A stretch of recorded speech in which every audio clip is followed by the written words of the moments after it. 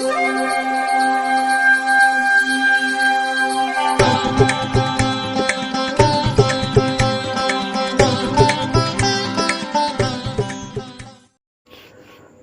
வசந்த காலம் YouTube channel வாயிலாக இந்த இனிய காலை பொழுதில் உங்களுடன் தொடர்பு கொள்வது ஜோதிடர் சண்முகப்பிரியன், சென்னை அடையாறில் இருந்து. இன்றைய நாள் பிப்ரவரி மாதம் 11ஆம் தேதி ஞாயிற்றுக்கிழமை, சோபகிருது வருடம் தை மாதத்தில் இது 28ஆம் நாள். இன்றைய நட்சத்திரம் சதயம், திதி வளர்பிறை த்விதியை, யோகம் சித்த யோகம். கடகராசிக்காரர்களுக்கு சந்திராஷ்டம தினம். இன்றைய முக்கியத்துவம், இன்றைய விசேஷம், இன்று சுப முகூர்த்த நாள். இன்றைய தினத்திற்கான ராகு காலம் மாலை 4:30 மணி முதல் 6 மணி வரை, யமகண்டம் நண்பகல் 12 மணி முதல் 1:30 மணி வரை, குளிகை நேரம் பிற்பகல் 3 மணி முதல் 4:30 மணி வரை. இன்றைய தினத்திற்கான நல்ல நேரம், சுபகோரை நல்ல நேரங்கள் காலை 7 மணி முதல் 10 மணி வரை, காலை 11 மணி முதல் நண்பகல் 12 மணி வரை, மதியம் 2 மணி முதல் 4 மணி வரை, மாலை 6 மணி முதல் 7 மணி வரை, இரவு 9 மணி முதல் 11 மணி வரை. இன்றைய கிரக நிலவரம். இன்றைய கிரக நிலை: மேஷத்தில் குரு, கன்னியில் கேது, தனுசில் சுக்கிரன், மகரத்தில் சூரியன் புதன் செவ்வாய், கும்பத்தில் சந்திரன் சனி, மீனத்தில் ராகு.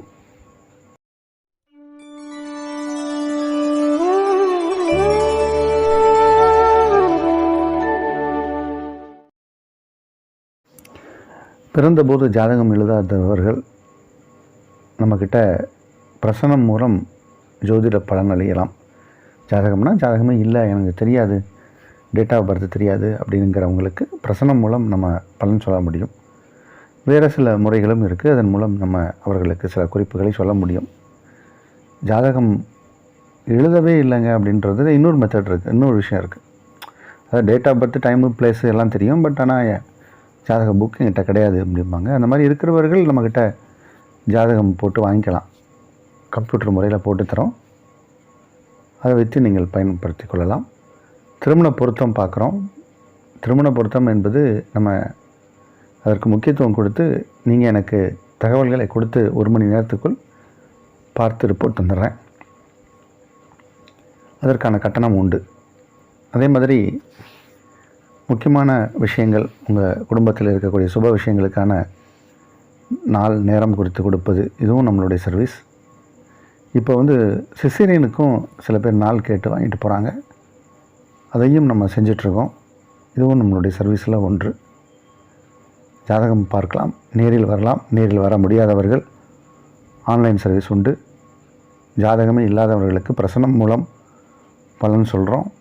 சிசேரியனுக்கு டேட் கொடுக்குறோம். குடும்பத்தில் சுப விஷயங்களுக்கு டேட்டு எழுதி கொடுக்குறோம். மிக முக்கியமாக திருமணம் பொருத்தம் பார்த்து நம்ம கொடுக்குறோம். இது எல்லாமே நம்மளுடைய சர்வீஸ். சென்னை அடையாறில் நான் இருக்கேன். நேரில் வர முடியாதவர்கள் ஆன்லைனில் தொடர்பு கொள்ளலாம். கான்டாக்ட் நம்பர் இந்த திரையில் தெரியும், 9840146335. இனி இன்றைய தினப்பலனுக்கு செல்வோம். மேஷராசிக்காரர்களுக்கு சந்திரனும் சனியும் 11ஆம் இடத்தில் இருப்பது என்பது யோகம். நேற்றைய கிரகநிலை தான் இன்றைக்கி முழுமையாக சந்திர பகவான் 11ஆம் இடத்தில் வலுவாக அமர்ந்திருக்கார். ஆட்சி பெற்ற சனி பகவானோடு இணைந்து 11ஆம் இடத்தில் இருப்பது என்பது யோகம். 10ஆம் இடத்திலும் 3 கிரகங்கள், சூரியன் புதன் செவ்வாய். அதில் 1 ராசி அதிபதி செவ்வாய், அவர் உச்சம் பெற்று காணப்படுகிறார். அதனால் நீங்கள் இப்போ வலுவாக இருப்பீங்க. நீங்கள் வச்சது தான் சட்டம். உங்களுக்கு பலரும் கட்டுப்படுவார்கள். அதுக்காக அடிமைப்படுத்துகிறோன்னு அர்த்தம் இல்லை. நம்மளுடைய செல்வாக்கு சொல்வாக்கு உயரும். அதற்கான நேரம் இது. இந்த நாள் நல்ல நாள். ரிஷபராசிக்காரர்களுக்கு அருமையான கிரக நிலை கொண்ட ஒரு நாள் இது.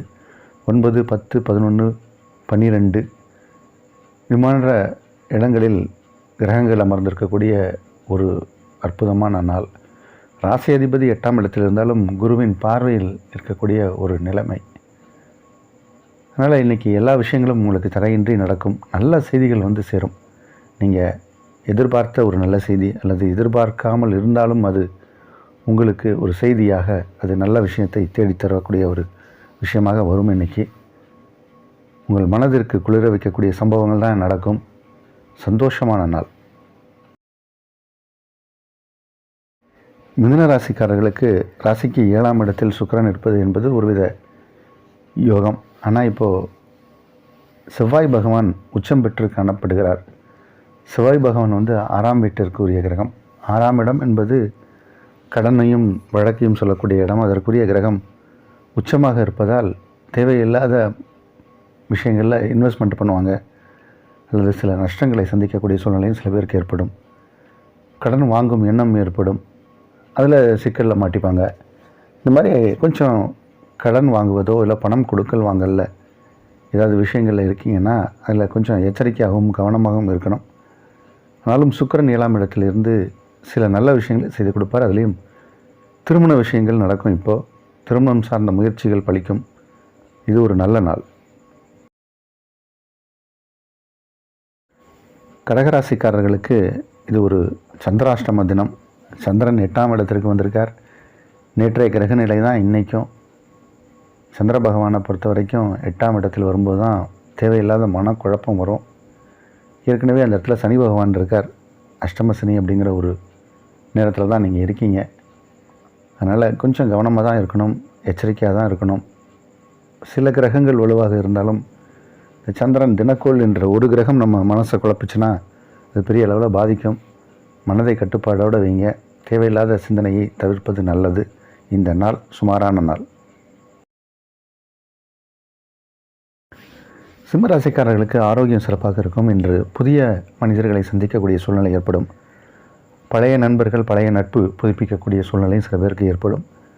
வெளிவட்டார பழக்க வழக்கங்கள் அதிகரிக்கக்கூடிய நாள். சமுதாயத்தில் உங்களுடைய நற்பேருக்கு களங்கம் விளைவித்தவர்கள்லாம் விலகி சென்று விடுவார்கள். உங்களுடைய வெளிவட்டார பழக்க வழக்கங்களும் நன்மதிப்பும் கௌரவமும் உயரக்கூடிய ஒரு நாள், நல்ல நாள். கன்னிராசிக்காரர்களுக்கு இன்றைக்கி இருக்கக்கூடிய கிரக அமைப்பு எல்லாமே நல்ல அமைப்பு தான். 6ஆம் இடம் என்பது சந்திரனுக்கு ஒரு நல்ல இடம். அவர் லாபாதிபதி. அவர் 6ஆம் இடத்தில் வலுவாக தான் அமர்ந்திருக்கார். இது ஒரு சிறப்பான பலனாக இருந்தாலும் செவ்வாய் அவர் உச்சம் பெற்று காணப்படுகிறார். சில ராசிக்காரர்களுக்கு செவ்வாய் உச்சம் பெறுவது யோகம். சில ராசிக்காரர்களுக்கு அது தோஷம். மிதுனம் மற்றும் கன்னி ராசிக்காரர்களுக்கு இந்த செவ்வாய் உச்சம் பெற்று இந்த மாதம் ஃபுல்லாகவே இருக்கார். அது ஒரு சின்ன பின்னடைவு தான். கொஞ்சம் உடம்பில் ஆரோக்கியத்தில் சில குறைபாடுகளை கொடுத்துரும். அதனால் நேரத்துக்கு சாப்பிடணும், வீண் அலைச்சல்களெல்லாம் தவிர்த்துடணும். யார்கிட்ட பேசணும், எப்போ பேசணும், எப்படி பேசணுங்கிறத பார்த்து பேசணும். கவனமாக இருப்பது நலம். இருந்தபோதும் இந்த நாள் சுகமான நாள். துளாராசிக்காரர்களுக்கு இப்போது நேரம் அருமையான நேரம். இது நல்லா இருக்குது.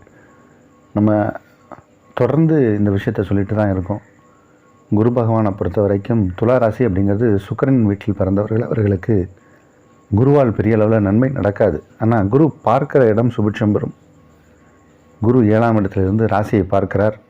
ராசி அதிபதியான சுக்கிரனையும் பார்க்குறார். இது ஒரு வலு, இது ஒரு பலம். நம்ம தொடர்ந்து சொல்லிட்டு தான் இருக்கோம். அந்த மாதிரி தான் இன்றைக்கி நாளும் இருக்குது. 3ஆம் இடத்தில் சுக்கிரன் அமர்ந்திருக்கார். 4ஆம் இடம் வலுப்பெற்று காணப்படுகிறது. 4ஆம் இடம் அப்படிங்கிறது உங்களுக்கு மிக வலுவாக இருக்குது. லாபாதிபதின்னு சொல்லக்கூடிய சூரியன் 2-7 தனத்திற்கும் 7ஆம் இடம் என்பது தொழில், வெளிவட்டார பழக்க வழக்கங்கள், மனைவி வழி உறவுகள், இதை சொல்லக்கூடிய கிரகமான செவ்வாய் அவரும் 4ஆம் இடத்தில் வலுவாக அமர்ந்திருக்கார். அதனால் பெரிய அளவில் இது யோகத்தை செய்யக்கூடிய ஒரு கிரக அமைப்பு தான். 4ஆம் இடம் அப்படிங்கிறது சுகஸ்தானமும் கூட. அந்த இடத்துல இந்த மாதிரியான கிரகங்கள் அமரும்போது நமக்கு யோக பலனை தான் செய்யும். கிரகங்கள் நமக்கு யோகத்தையும் நல்ல பலனையும் செய்யும்போது வெளியில் நமக்கு யார் கெடுதல் செய்ய போகிறா? அதனால் இந்த நாள் உங்களுக்கு சிறப்பான நாள் தான். உங்கள் கை ஓங்கக்கூடிய நாள், நல்ல நாள். விருச்சிக ராசிக்காரர்களுக்கு இது ஒரு யோகமான நாள்.